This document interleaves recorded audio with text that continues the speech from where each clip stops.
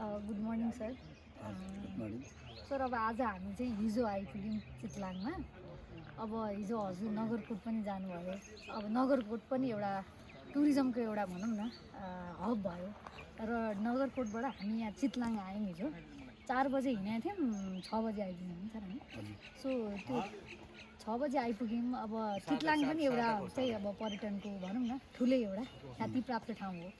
So के difference चाहिँ हजुरले चाहिँ सर पाउनुभयो? वास्तवमा अब यो दुवै जुन क्षेत्र छ नगरकोट र यो मकानपुर यो चाहिँ चितलाङ, यसको आफ्नै विशेषता छ जस्तो लाग्यो मलाई। नगरकोटमा अहिले अलिकति क्राउड भइसकेको छ, त्यहाँ बाटोको पनि अलिक सहज भइसकेको हुनाले चाहिँ अलिकति भिडभाड बढी छ र पर्यटन व्यवसायमा चाहिँ कस्तो हुन्छ भन्दाखेरि चाहिँ अलिकति भिडभाड पनि कम होस्, त्यसपछि त्यहाँको घरहरू पनि युनिक होस्, त्यहाँको हेर्ने ठाउँ पनि अलिकति फरक होस् र सामान्यभन्दा अलिकति फरक भयो भने चाहिँ पर्यटन व्यवसायहरू चल्छ भन्ने हो। र त्यो अहिले चाहिँ एउटा सहरको रूपमा चाहिँ त्यो विकास भएको चाहिँ देखिरहेको छु।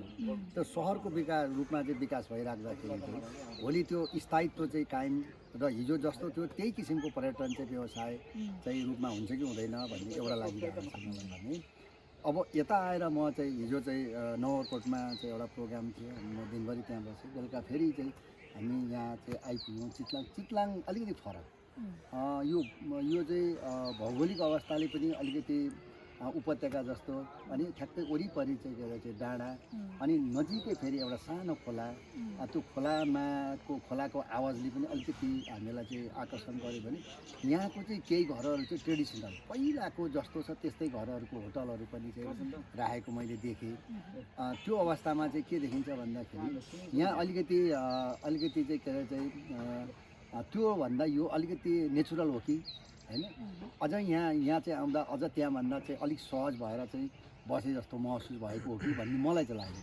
हुन त मेरो यो फर्स्ट टाइम हो चितवन, तर यो स्वच्छ वातावरण हामी खोजिराख्दाखेरि चाहिँ स्वच्छ वातावरण कहाँ पाउँछौँ, कहाँ चाहिँ अझ बढी चाहिँ के अरे चाहिँ नोइज पोल्युसन हुँदैन, गाडीको चाप हुँदैन भन्दाखेरि यहाँ पनि चाहिँ के अरे चाहिँ गाडीहरू त काठमाडौँ जाने गाडीहरू डाइरेक्ट पाउँदो रहेछ, नजिकै चाहिँ यो चाहिँ यातायातको व्यवस्था छ। तैपनि यो अलिकति डाँडा काँडा पनि छ र नगरकोटमा पनि डाँडा काँडा त छ, तर त्यसमा र यसमा डिफरेन्स अलिकति बढी नेचुरल चाहिँ यो जस्तो लागेको छ, मलाई त्यस्तै लागिरहेको छ।